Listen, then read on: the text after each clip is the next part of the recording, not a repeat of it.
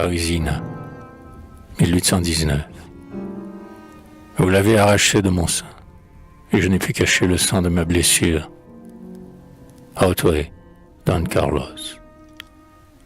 C'est l'heure où sur la branche on entend Philomèle ravir l'air de ces chants que la plainte entremêle. Où l'amant, introduit dans un furtif séjour, fait d'éternels serments qui ne durent qu'un jour. Où par ceux du zéphyr la naïade attendrie fait, en se débattant, naître la rêverie. La fleur pompe du soir la molle humidité. Le ciel, d'étoiles d'or, sème l'obscurité. Et cet or, réfléchi dans une onde courante, produit le pactole et sa richesse errante. Des nuages foncés qui bordaient l'horizon, la lune, en se levant, a franchi la prison. L'azur bruni des cieux descend sur la verdure, et nuit transparente a voilé la nature. C'est l'heure où le poète y commence à régner. Dans une ombre limpide, il semble se baigner. Sous le vague endormi, chaque objet se réveille et s'éclaire des feux de sa brûlante veille. Et des astres lointains à la bénigne clarté semblent éclairer sa route à la postérité.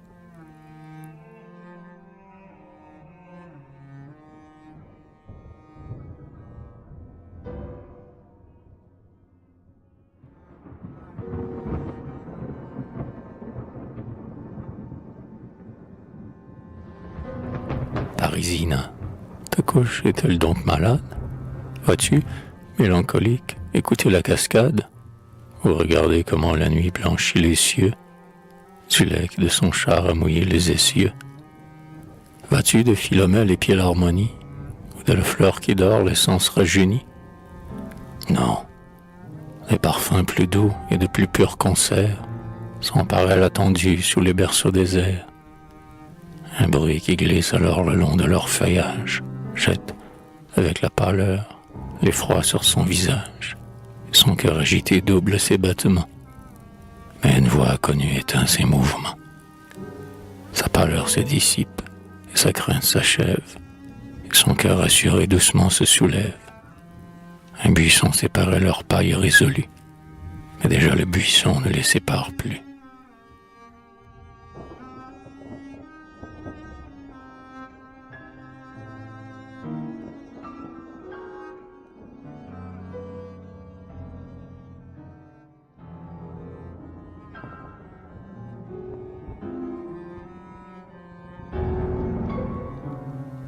Le temps, de qui la marche est malgré nous la nôtre, qui fauche d'une main ce qu'il sème de l'autre.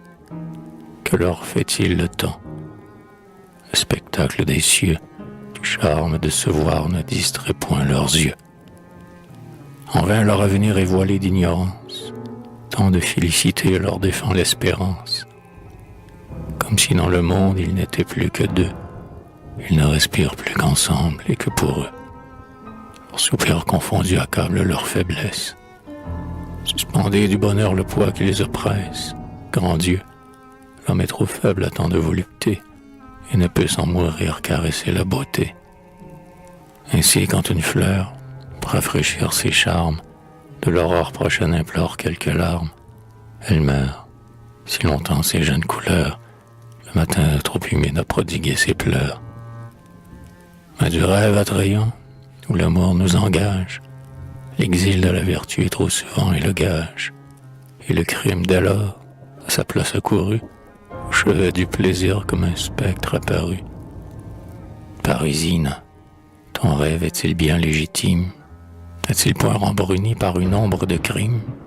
N'a-t-il point de péril qui puisse le troubler? Est-ce en de tels moments qu'on s'occupe à trembler?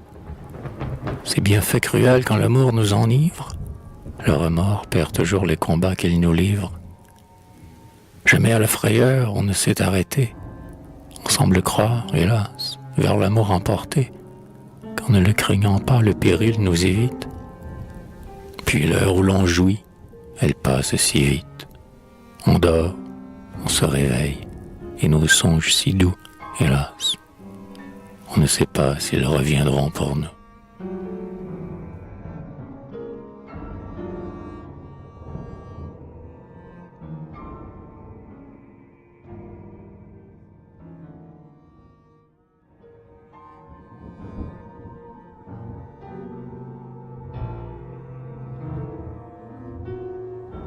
Bientôt, se dégageant d'une noirceur humide, paraîtra du matin le courrière timide, et le jour ne doit pas, à des yeux étrangers, révéler des plaisirs qu'assiègent les dangers.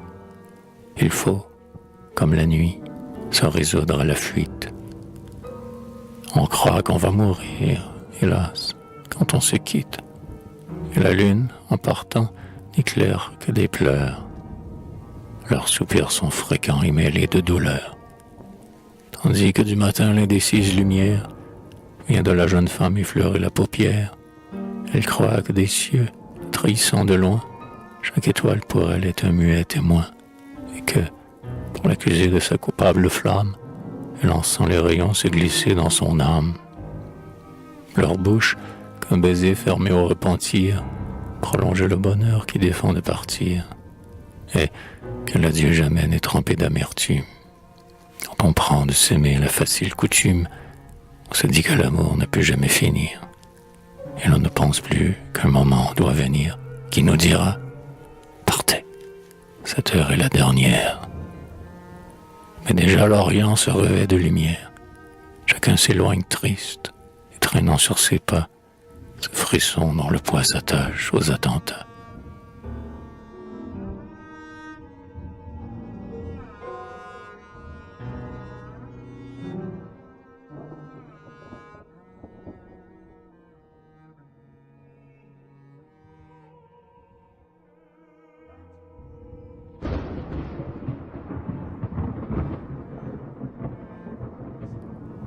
Hugo s'est retiré dans son lit qu'il tourmente, du besoin d'y trouver son adultère amante, tandis qu'elle, tremblante et lasse de plaisir, près de l'époux trompé s'endort dans les désirs.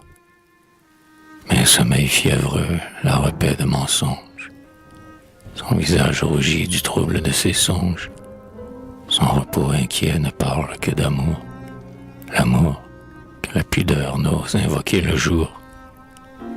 Son cœur plein se débat sous le feu qui l'agite. Elle serre en ses bras son époux qui palpite, et son époux s'étonne à cet embrassement. Heureux dans sa pensée, il bénit ardemment cette naïve amour qu'un songe lui révèle, et pleure en regardant seul qu'il croit fidèle.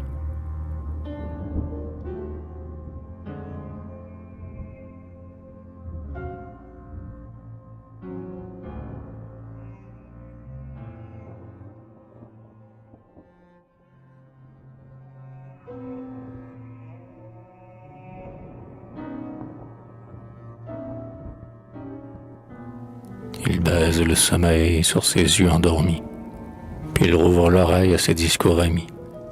Il écoute, joyeux, et soudain son front change, comme s'il entendait le clairon de l'archange. J'aimerais mieux le voir à ce jour redouté. Il sera moins ému, quand le bronze irrité, franchissant ses eaux d'un repos séculaire, leur fera du Très-Haut aborder la colère. Un arrêt sans appel a proscrit son bonheur. Un sommeil corrompu redit son déshonneur.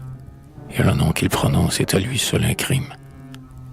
Tout l'orgueil de son rang contre ce nom s'abîme. C'est un écueil mortel où se heurte son cœur. Des plaines de la mer quand l'ouragan vainqueur, au sein d'un naufragé pousse avec violence le reste du vaisseau vers lequel il s'élance. Le malheureux soudain s'enfonce et s'engloutit. Tel, au choc imprévu du nom qui retentit, se brise de Raymond la dernière espérance. A-t-on jamais connu cet excès de souffrance? Ce nom qui le terrasse est celui de son fils. Tous les genres de mort s'offrent à ses esprits. C'était son fils, Hugo, l'enfant de sa jeunesse, de celle que choisit sa première tendresse.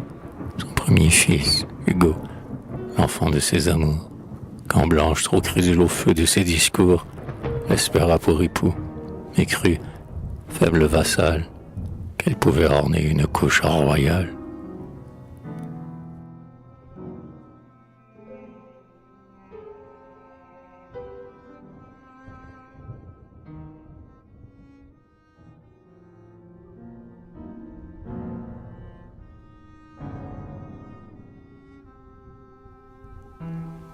D'un geste irréfléchi, Raymond tire au hasard et laisse, en même temps retomber son poignard. On mérite la mort quand on est infidèle. Et comment immoler une femme si belle, qui sourit d'un air tendre et en dormant près de nous? Il ne l'interrompt pas, il retient son courroux. Mais son regard de plomb, d'où s'échappe son âme, semble de tout son poids s'attacher sur sa femme. Si du sommeil alors fut tombé le bandeau, et qu'à l'éclat tremblant du nocturne flambeau, et le vu de Raymond le teint blême et farouche, le trépas tout à coup fut entré dans sa couche. Oh, dors, Parisina, tremble de voir Raymond. La colère en sueur ruisselle sur son front. Parisina, tu dors, ta jeunesse sommeille, et tes jours sont comptés par ton époux qui veille.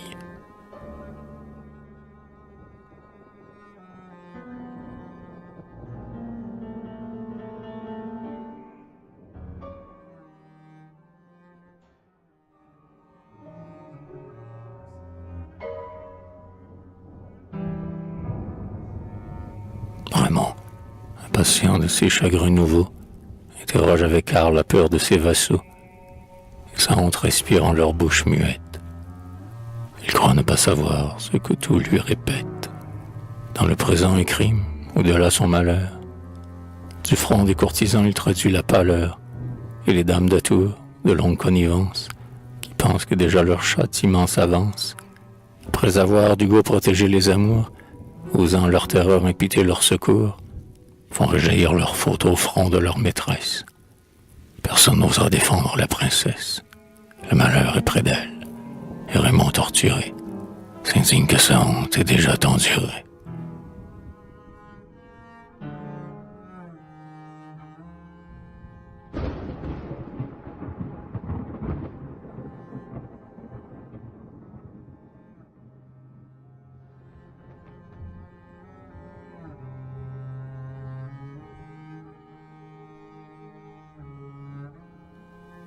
Tout retard désormais ulcère sa disgrâce.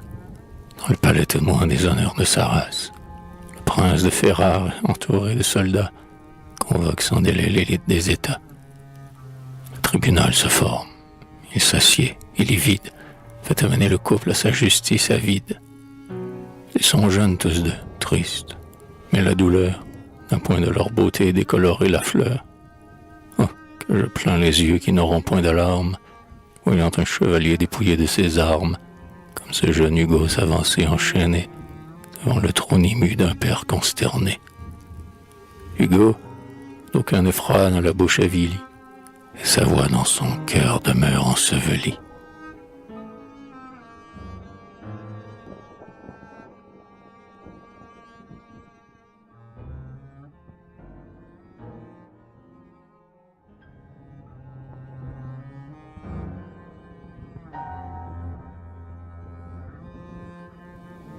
Aussi pâle qu'Hugo, le front silencieux, sa complice attendait. Qu'ils sont chargés les yeux, qui, promenant partout leur séduisant langage, ouvraient à la douceur l'âme la plus sauvage. Ils ne sont plus ces jours d'hommage et de respect, où sa cour sur le sien composait son aspect. Sa cour, dont les beautés que la sienne condamne, copiait son regard, sa pose et son organe. Elle était reine alors, et les nobles barons, orgueilleux de porter ses couleurs sur leur front, sa première larme aurait pris sa défense, et tous de son injurus fait leur offense. Maintenant elle pleure, et tous inattentifs, laissent dans le fourreau dormir leur fer captif. Des yeux baissés, des fronts, où le dédain respire, des lèvres s'appliquant à contraindre un sourire, un maintien glacial, pas un regard d'amour, le silence, l'effroi, le deuil. Voilà sa cour. Et lui, seul chevalier qui avait choisi son âme, qui n'aimait d'autre nom que celui de sa dame, qui souvent devant elle, au retour des combats, inclina son épée en lui parlant tout bas, qui dans les tournois, dans les jeux héroïques, brisait en son honneur des lances pacifiques, qui, rien que pour lui plaire, eût cherché le danger, a perdu son armure et ne peut la venger. L'amant qui séduisit l'épouse paternelle, elle sait, sans le voir, qu'il est à côté d'elle. Elle qui le connaît dans toute sa fierté, voudrait porter les fers dont il est insulté, et de son cœur aimant la tristesse attentive, plaint pour lui seul le mal, puis tous deux les captive. Sa peau blanche, où jadis les lèvres d'un amant, de baiser en baiser, poursuivait mollement les détours violets d'une veine égarée, n'a plus de ses détours la finesse azurée. Sans tomber sur sa joue, entre ses cils baissés, goutte à goutte roulaient quelques pleurs commencés. Ses yeux semblaient pâlir, et sa lourde paupière voilait de son regard la muette prière.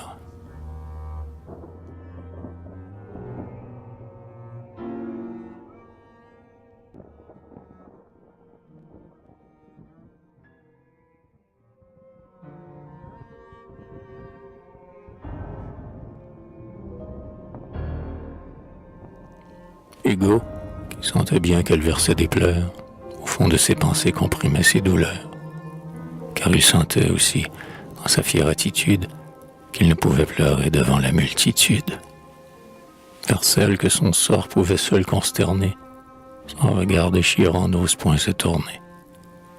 La vertu qu'il aimait attaque sa mémoire, il voit bien qu'avec elle il a tué sa gloire.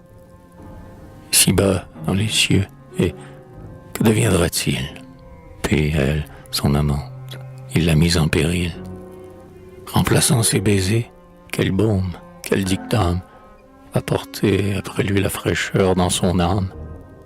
Alors il sent en lui bouillonner ses transports. S'il avait moins d'orgueil, il aurait des remords.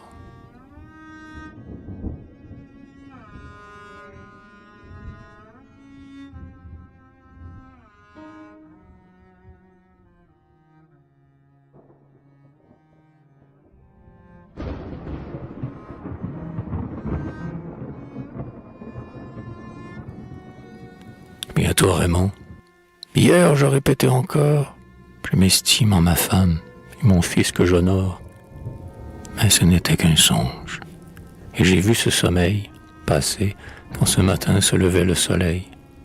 Et je n'aurai plus rien, je vivrai solitaire, avant que ses rayons abandonnent la terre. Ma main n'a pas brisé les liens que j'aimais. J'ai pu les regretter, les renouer, jamais. Ils l'ont voulu. Soit donc que le sort s'accomplisse. Déjà le prêtre attend à côté du supplice. Hugo, c'est vers le ciel qu'il faut tourner tes vœux. Ce monde ne peut plus nous porter tous les deux. Tâche de te lever à l'humble pénitence. Je n'empêche pas Dieu d'avoir de la clémence. Offre-lui, si tu peux, l'encens d'un vrai remords. Va-t'en. Je ne veux pas assister à ta mort. Fils, pour te voir mourir, j'épargne ta maîtresse. Femme, réjouis-toi du jour que je te laisse.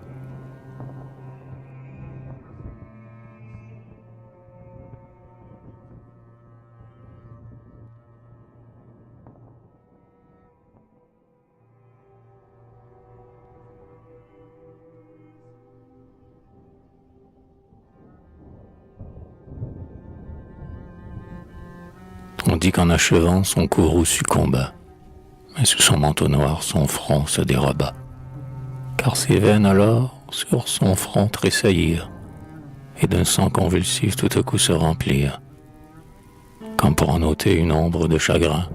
Plusieurs fois sur ses yeux il repassa la main. Sa haine aurait voulu paraître insouciante, tendant alors vers lui sa chaîne impatiente, et d'une voix sonore où régnait la fierté, le jeune Hugo demande à son maître irrité s'il veut le laisser vivre assez pour se défendre. Son seigneur fait un signe qu'il consent à l'entendre. Je ne crains pas la mort. Tu peux te souvenir que j'ai souvent gémi de ne pas l'obtenir. Lorsque sous tes regards échauffant le carnage, l'espoir de la trouver stimulait mon courage. J'avais le glaive alors qui sauva tes états. Tu me l'as fait ravir par d'indignes soldats. Ce glaive qui versa plus de sang pour mon père que ne m'en peut tirer la hache mercenaire. Tu m'as donné la vie et tu me la reprends.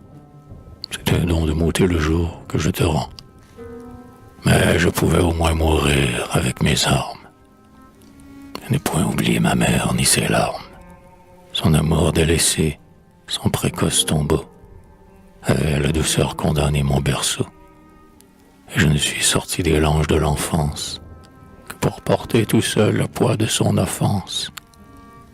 Je devais m'en venger, je ne sais pas bien si je fus ton rival ou si tu fus le mien. J'ai séduit ton épouse, et pourquoi ta vieillesse, la voyant par son père offerte à ma tendresse, et m'opposant ton crime à qui je dois le jour, m'a-t-elle ôté mon bien, sans m'ôter mon amour? J'étais par ma naissance indigne de ses charmes. Tes rivaux que la guerre a jetés sous mes armes m'ont-ils trouvé trop vil pour leur donner la mort? Du crime d'être né suis-je comptable au sort? Ton nom m'est interdit, je le sais, mais ma gloire pourrait des princes d'Est éclipser la mémoire. Si je vivais, et seul me fondant la maison, à la pointe du fer, j'irais gagner mon nom. Mon casque s'est montré sur la route guerrière, plus beau que ceux des tiens de sang et de poussière. Mes éperons d'airain piquaient mieux mon corsier que vos molettes d'or aux étoiles d'acier, qu'en cherchant les combats comme des jours de fête, j'allais chez l'ennemi promener la défaite. Et quand, les effrayants d'un nom que je n'ai pas, leurs escadrons épars se fondaient sous mes pas, qui les tiens eût osé devant ces funérailles opposer ma naissance à mon cri de bataille. Ne pense pas pourtant que sous ton œil glacé, je veuille, par faiblesse, étalant le passé, retarder le cercueil où j'ai soif de descendre, et le temps qui demande à marcher sur ma cendre. Déjà vers l'avenir je n'étends plus mes soins, les jours qu'on m'ôtera sont des larmes de moi. De l'avenir d'ailleurs s'allonge en vain l'espace, il devient tôt ou tard le passé qui s'efface. Tu l'avances pour moi, c'est bien, je suis tout prêt. Une autre mort sans doute aurait-tu plus d'attrait. Si elle ne la veut pas, honneur à ta justice, j'ai déjà tant souffert que je ris du supplice. Car enfin, qui ne sait que tu m'haïssais? Tu t'approchais de moi quand j'avais des succès, et méprisant bientôt mes armes et leurs maîtres, qui ne pouvaient nommer que l'honneur pour ancêtre. Je n'étais votre fils qu'une fois par hasard. N'ai-je donc tant vécu que pour rester batteur? Bah, je suis bien ton fils, et ton âme farouche. La liberté du cœur est toujours sur ma bouche. Mais le ciel, dont je tiens ton âme et ta valeur, le ciel pour mieux venger ma mère et son malheur, a porté dans ton lit ma flamme illégitime. Je suis né dans la honte et je meurs dans le crime. Oui, le crime. Et l'arrêt prononcé contre moi est juste, je le sens, quoi qu'il advienne de toi. Coupables tous les deux, j'ai le moins de puissance, que ma mort te punisse au moins de ma naissance.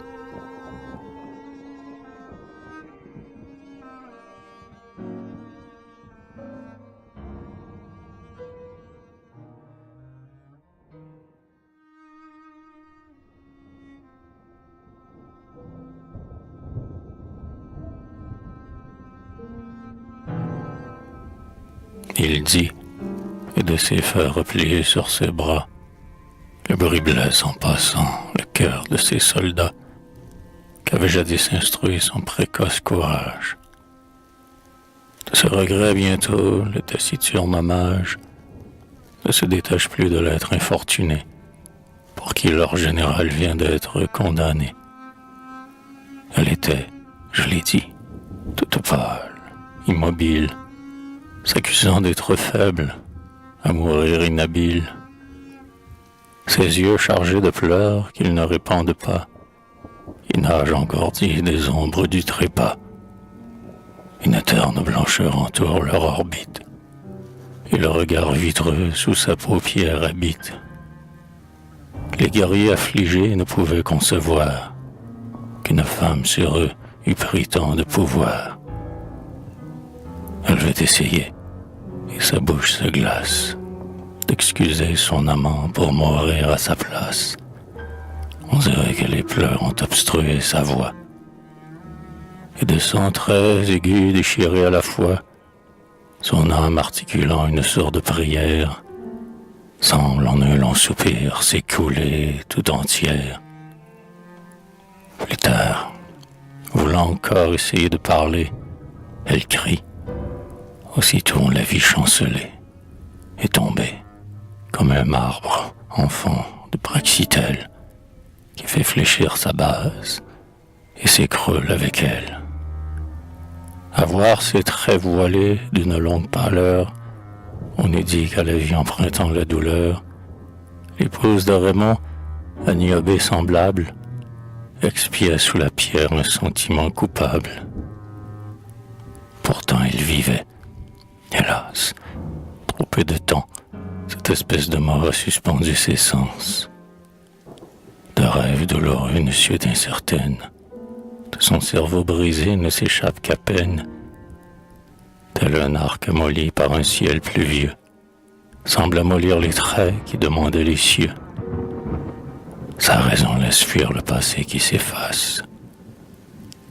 L'avenir est pour elle un vaste et sombre espace qui d'un rayon perfide éclairé par hasard en laisse le spectacle effrayer son regard.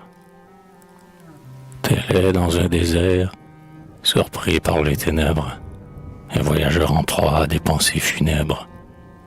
Si des vapeurs du sol au phosphore léger d'un abîme à ses pas révèlent le danger, il s'arrête, et longtemps un œil pusillanime, en rentrant dans la nuit, se souvient de l'abîme. Elle sent sur son cœur s'appuyer lourdement un poids dont il ne peut repousser le tourment. Sent-elle que ce poids, c'est le crime et la honte? Elle sait bien qu'au ciel elle doit rendre compte, et qu'avant qu'elle ne meure, un autre doit mourir. Mais qui? Son cœur s'oublie. Elle se sent souffrir, et n'est pas cependant certaine qu'elle existe. Est-ce la terre encore qui sous ses pieds résiste? Au-dessus de sa tête est-ce toujours le ciel? Et quels sont ces regards qui distillent le fiel? Elle qui, dans ses jours de bonheur et d'empire, n'a jamais à ses yeux vu que des yeux sourire. Tout était discordant, confus dans son esprit. Sans tristesse, elle pleure, et sans joie, elle rit. Un délire assidu la meut et la dirige. On dirait que d'un songe écartant le vertige, son âme se débat contre un affreux sommeil. Puisse-t-elle lutter sans rater son réveil?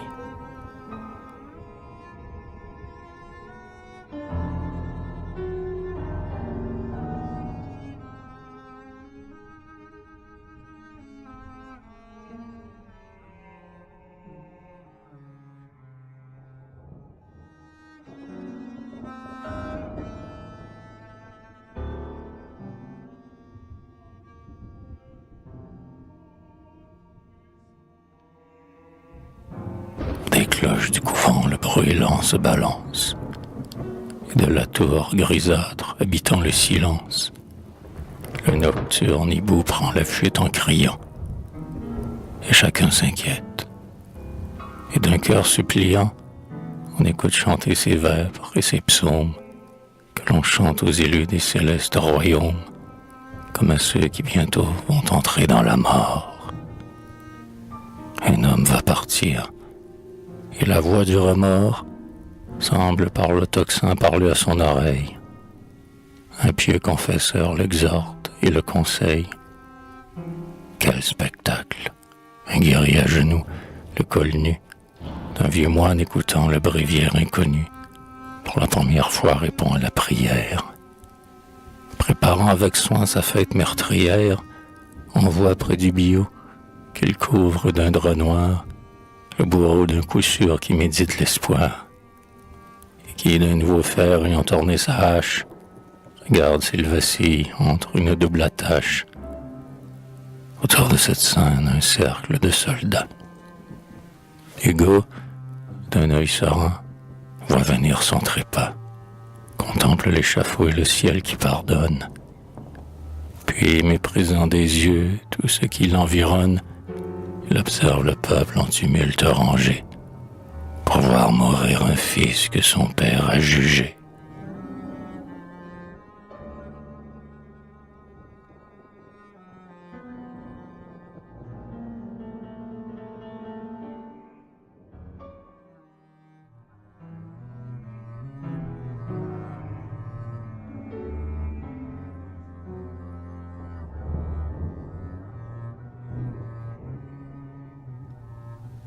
C'était l'heure agréable, où le jour qui décline ramène la fraîcheur de la brise marine, où l'on respire en paix.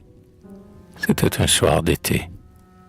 Le soleil semblait fuir avec rapidité, et prêt à se cacher, le soleil qui peut-être, dans ce funeste jour, n'aurait pas dû paraître, éclaira tout à coup d'un rayon solennel le front humilié du jeune criminel.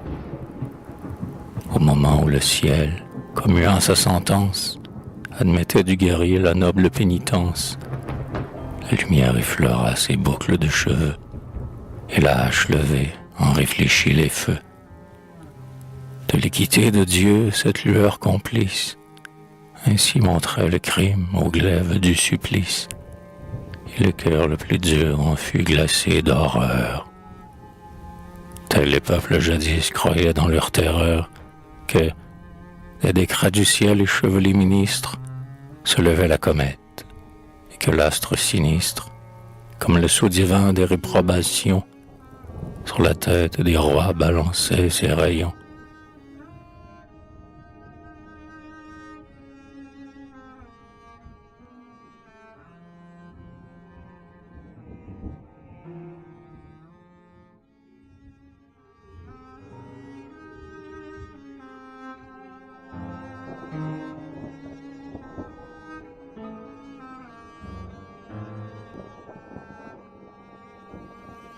Tout est dit.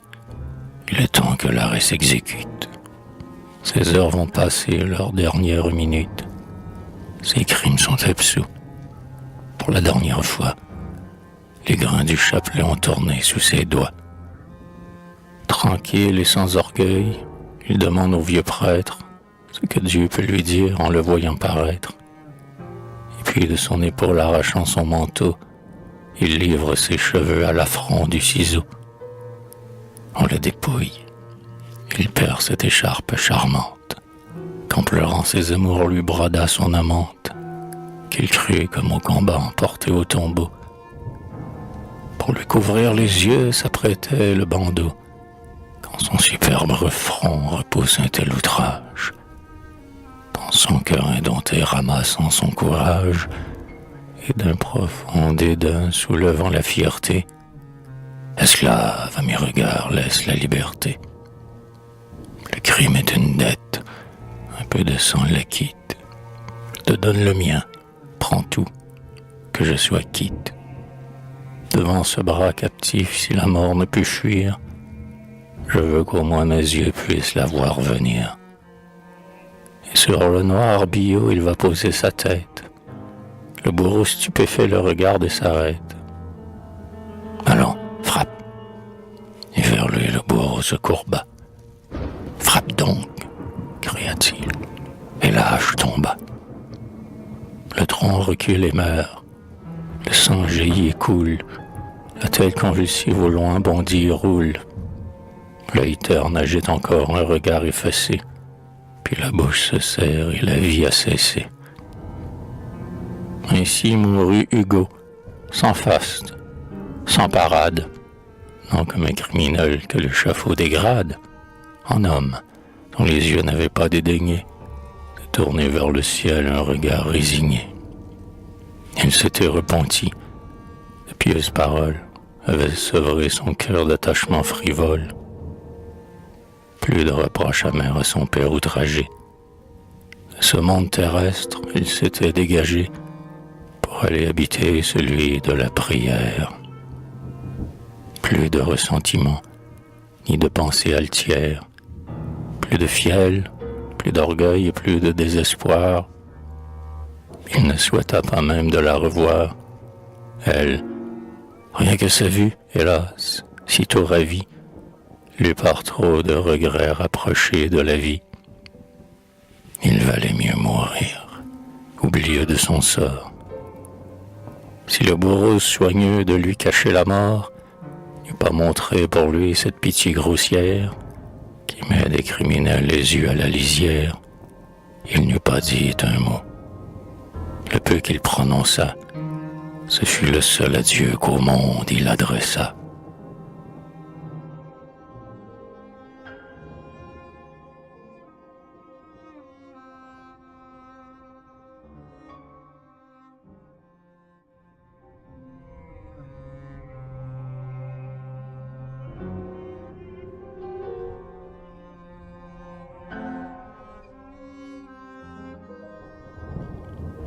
Muet comme celui dont les lèvres glacées, sous le sceau de la mort, sont à peine fixées. Les spectateurs d'abord n'osaient pas respirer, mais chacun d'eux sentit dans ses veines entrer un frisson spontané, le pouvoir électrique, quand le coup descendit. L'épouvante publique, dans un gémissement, fut près d'exhaler. La crainte au fond des cœurs alla la refouler. Et rien n'interrompit dans sa course sanglante le retentissement de la hache tremblante, qu'un cri terrible et long, un lamentable cri. Au bord du froid berceau de son enfant chéri, une mère n'a pas cet accent de détresse. Un homme qui, rêvant la mort de sa maîtresse, la verrait en sursaut s'accomplir sous ses yeux, ne pourrait pas jeter d'autres cris vers les cieux. C'est celui d'une femme, et jamais âme humaine n'eut d'accent plus poignant pour révéler sa peine. Il semblait s'élancer du palais de Rémaux, cependant nul tumulte à ce cri n'y répond.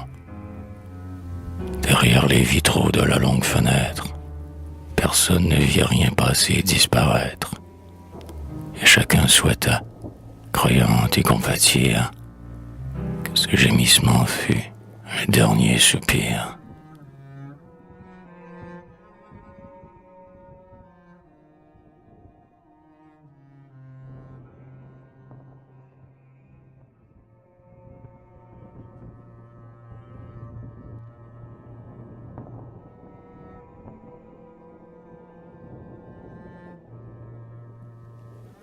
Le fils avait péri par l'ordre de son père. Pour la cour de Raymond, plus de moments prospères. Parisina, ce nom par un époux maudit, jamais depuis Hugo, la cour ne l'entendit. Du palais opulent, au long silence en proie, Hugo par son supplice a fait taire la joie. Et les sombres jardins, par l'amour déserté, n'offrent que son absence aux esprits attristés. Hugo n'existe plus même dans le langage. Comme ces mots chargés d'un triste présage, on eut, en le nommant, inspiré la terreur. Raymond, sur la mort même étendant sa fureur, défendit au tombeau de s'ouvrir pour le crime. D'un cercueil indigent l'asile légitime n'a point reçu les os du jeune infortuné. Aux insectes de l'air son corps abandonné fut perdu dans ces lieux d'ignoble sépulture où cherche le vautour sa putride pâture. Quant à Parisina, nul monument de mort n'a révélé l'asile où sa dépouille dort. Rien n'a fait découvrir ce qu'elle est devenue, aussi bien que son sort, sa tombe est inconnue. A-t-elle au fond d'un cloître, expiant ses amours, du ciel par ses remords mérité les secours? Sa coupable flamme a-t-elle été bannie par la rigueur du jeûne ou la sainte insomnie? Le fer ou le poison a-t-il vengé l'hymen? Le ciel n'aurait-il pas, moins que nous inhumains, brisé ce faible corps au moment du supplice qui n'était destiné qu'à son jeune complice? Quoi qu'il en soit, sans doute, elle a dans les douleurs vu s'achever des jours commencés dans les pleurs.